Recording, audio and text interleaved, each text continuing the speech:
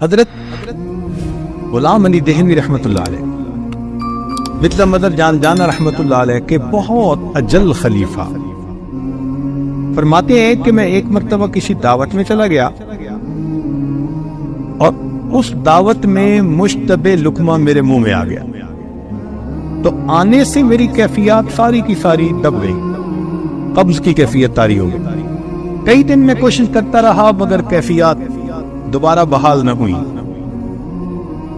میں اپنے شیخ مرزا مظہر جان رحمۃ اللہ علیہ کی خدمت میں حاضر ہوا۔ میں نے کہا حضرت اس طرح مشتبہ کھانا کھا لیا اور مجھے بعد میں احساس ہوا میری کیفیات جو ہے وہ دب گئی ہیں۔ حضرت نے فرمایا کہ روزانہ میرے پاس آیا کرو، میں تمہارے اوپر خصوصی توجہ ڈالوں گا۔ فرماتے ہیں ایک مرتبہ مشتبہ کھانا کھانے کا وبال یہ تھا کہ میں 40 دن ان کی صحبت میں گیا۔ حضرت ایسی توجہ ڈالتے تھے، ہاتھی پہ ڈالتے تو برداشت نہ کر سکتا، اس کے بعد اس لقمے کی ظلمت میرے سینے سے دور ہوئی۔ 40 دن کے بعد ہم نے کبھی کھانا کھاتے ہوئے دیکھا؟ یہ کھانا آیا کہاں سے ہے؟ حالانکہ یہ فرض ہے، شریعت میں فرض ہے کہ کھانا کھانے سے پہلے دیکھے یہ حلال ہے یا حرام ہے، یہ فرض ہے بندے پر۔ ہمارے گھروں میں ہوتا ہے ٹریش کین، جو چیز ہے اس کے اندر ڈال دو۔ آج ہم نے پیٹ کو ایسا بنا دیا، ادھر کی چیز بھی ڈال دو اور ادھر کی چیز بھی ڈال دو، یہ نہیں سوچتے کہ اگر چیز دوسرے کی ہے پیٹ تو اپنا ہے نا، اور اس کا نقصان تو اپنے کو ہوگا۔ اس لیے کھانے پینے میں بہت احتیاط کرنے کی ضرورت ہے۔ حضرت مولانا احمد لاہوری رحمۃ اللہ علیہ فرمایا کرتے تھے کہ میرے پاس کوئی شخص 40 دن قیام کرے، میرے پاس کوئی شخص 40 دن قیام کرے اور اس قیام میں وہ کھانا میری مرضی کا کھائے۔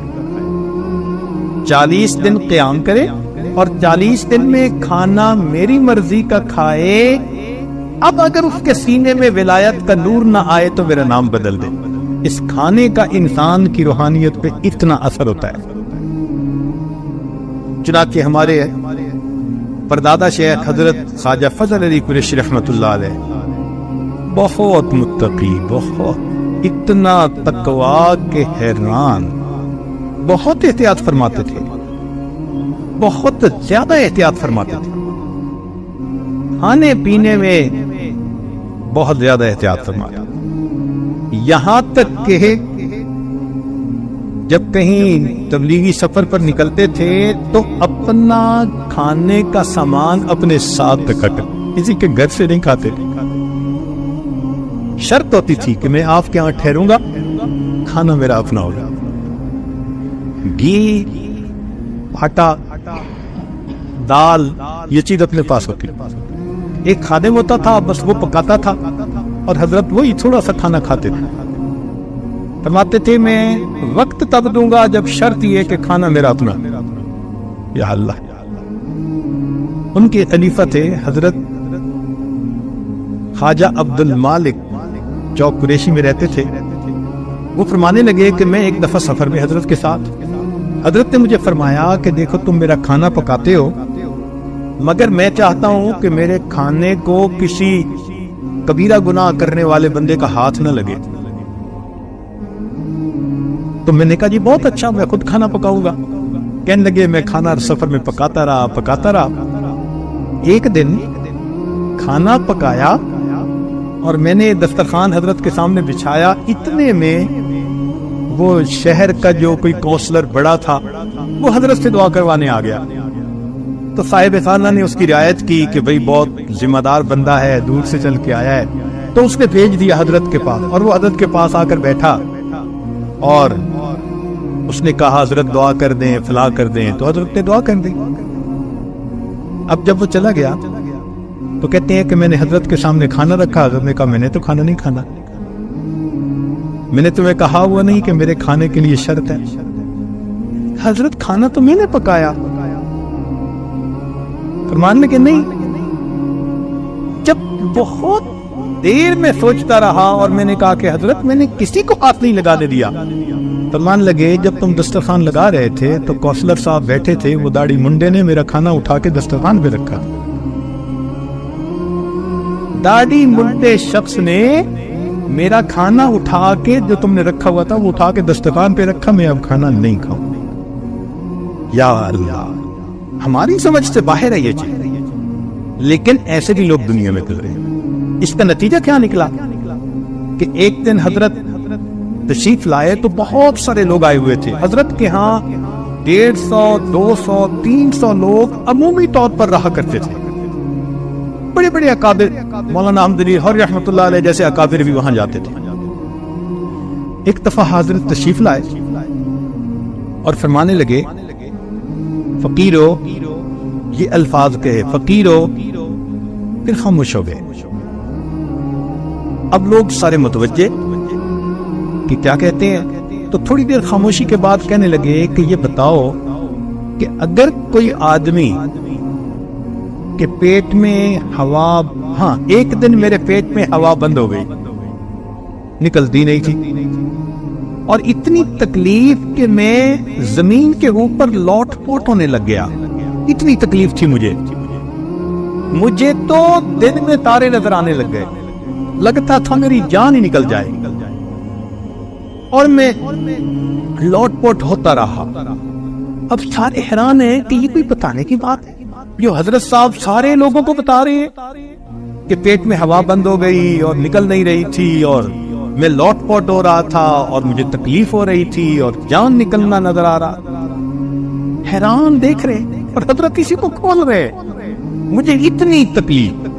اور یہ بات کر کے فرمایا کہ بتاؤ جو بندہ اپنے پیٹ سے گندی ہوا کے نکلنے کا محتاج ہو وہ کوئی بڑا بول سکتا ہے؟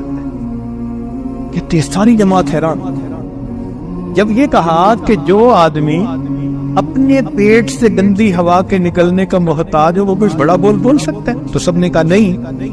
فرمانے لگے تو اس لیے میں آج آپ کو تحدیث نعمت کے طور پر یہ سنا رہا ہوں کہ رات مجھے خواب میں نبی علیہ السلام کی زیارت نصیب ہوئی. نبی علیہ السلام نے ارشاد فرمایا فضل علی جیسے متبع سنت جماعت تو نے تیار کی ہے من حیث الجماعت دنیا میں موجود نہیں. یہ الفاظ پر اللہ اکبر کر, یہ تقویٰ تھا. اللہ کے آنکھ کو بولیت شنا فی ذکر تھے, ایک ایک سنت دیہاتی نوجوان بوڑھوں کو بھی سکھایا کرتے تھے. سنت کا اہتمام اتنا تھا کہ ایک نابینا حافظ صاحب ان کے ہاں ٹھہرے ہوئے تھے. جیسے بہت سارے لوگ آتے ہیں تو خانقاہ میں ٹھہرتے ہیں, مدتوں سے ٹھہرے ہوئے تھے. اب ایک دن جمعہ کا دن تھا, مسجد کے اندر سرکنڈے کی چھت تھی اور بھیڑوں نے وہاں ایک اپنا جگہ بنا لی تھی, اور وہ کبھی اس کو کاٹ دیتی تھی بھیڑ, کبھی اس کو کاٹ دیتی تھی. تکلیف تھی لوگوں کو. لوگوں حافظ صاحب کے ذہن میں خیال آیا کہ آج بھیڑوں کو یہاں سے بھگائے. لوگ انہوں نے ایک لاٹھی لے کے اس کے اوپر کپڑا باندھا اور آگ لگوائی, اور سرکنڈے کی چھت, اور اوپر آگ جو بھیڑوں کو دکھائی تو وہ بھیڑیں تو کیا مرتی, چھت نے آگ پکڑ لی. اس زمانے میں جب 1 روپے کی بڑی قیمت ہوا کرتی تھی, مسجد کی چھت بھی جلی, گھروں کی چھت بھی, اور گھر کے حضرت فرماتے تھے کہ 30-40 ہزار روپے کا نقصان ہوا لوگوں کا. وہ بستی میں پھیل گئی آگ, ایک چھت سے دوسری تیسری. خیر حضرت کو پتا چلا, آئے لوگ, پتہ کیا یہ کس نے کیا, یہ وہ حافظ صاحب. تو حضرت خاموش ہو گئے, پر میں اللہ کو ایسے ہی منظور تھا, مقدر میں ایسا ہی تھا. تیسرا دن ہوا تو ایک آدمی بیٹا ہوا اور وہ مٹھائی لے کے آیا. حضرت میرے ہاں بیٹا ہوا اور میں خوشی کی وجہ سے ان سب سالکین کے لیے مٹھائی لایا ہوں. تو حضرت نے وہ مٹھائی لوگوں میں بھی تقسیم کی, اور اس نے حافظ صاحب کو پوچھا وہ کدھر ہے بھائی, ان کو تو نظر نہیں آ رہے. حضرت نے ان کی مٹھائی اپنی چادر کے کونے میں باندھ لی، اچھا جب ملیں گے تو میں ان کو دوں گا۔ محبت اتنا نقصان پرواہ نہیں۔ مٹھائی تقسیم کی، ان کا نام لیا، پوچھا وہ کہاں ہے، ان کا جی ابھی تو موجود نہیں ہے۔ 2 دن 3 دن گزر گئے، اب وہ حافظہ مل نہیں رہے۔ وہ تو اصل میں آگ لگنے کے بعد وہاں سے قریبی ایک بستی میں جا کے چھپ گئے تھے۔ اللہ کی شان، ایک بندے نے جا کے حافظ صاحب کو بتایا کہ حافظ صاحب آپ یہاں چھپے ہوئے ہیں، اور حضرت صاحب تو 3 دن سے آپ کی مٹھائی اپنی چادر کی کونے میں باندھے پھرتے ہیں۔ تو حافظ صاحب کو تسلی ہو گئی کہ حضرت صاحب مجھ سے ناراض نہیں ہے۔ حافظ صاحب واپس آ گئے، حافظ صاحب واپس آ گئے۔ حضرت نے ان کو مٹھائی دی، وقت گزرتا گیا، 1 سال 2 سال اور گزر گئے، اسی محبت پیار کے ساتھ رہے۔ ایک پھر جمعہ کا دن تھا، اس دن حافظ صاحب کو کیا خیال آیا کہ داڑھی کے بال کچھ ذرا بڑے ہیں، کچھ چھوٹے ہیں، میں برابر کر لوں۔ اب وہ نظر ان کی بالکل بند تو نہیں تھی، کچھ چھوٹی چھوٹی تھی، لیکن نابینا کہتے تھے لوگوں۔ اب وہ خود اپنی داڑھی کو برابر کرنے لگے تو کرتے کرتے داڑھی کو ایک مشت سے چھوٹا کر بیٹھے۔ جمعہ کی نماز حضرت نے پڑھائی، حافظ صاحب کو دیکھا تو بلا کے پوچھا صاحب یہ کیا ہوا؟ ان کا جی میں اس کو ذرا ٹھیک کرنے لگا تھا تو بس یہ تھوڑی سی چھوٹی ہو گئی۔ اسی وقت حضرت نے ان کا بستر ان کے سر پر رکھوایا اور خانقاہ سے ان کی چھٹی کروا دی۔ اتنا بڑا نقصان، چہرے پہ ملال نہیں۔ سنت کے بارے میں اگر اونچ نیچ ہوئی تو اسی وقت خانقاہ سے دھکا دے جاؤ، پھر تم آئے کس لیے ہو یہاں؟ اتنی سنت کی اتباع ہوتی تھی۔ آپ کے خلیفہ حضرت خواجہ محمد عبد المالک صدیقی رحمت اللہ علیہ، اللہ رب العزت نے ان کو امام العلماء والصلحاء بنایا۔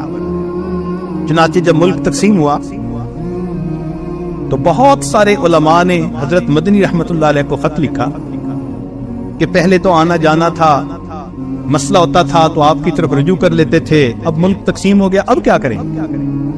تو حضرت مدنی رحمت اللہ علیہ نے 3 بندوں کے نام دیے کہ یہ پاکستان میں ہیں، جب تمہیں ضرورت ہو ان سے پوچھ لینا، میری ضرورت نہیں پڑے گی۔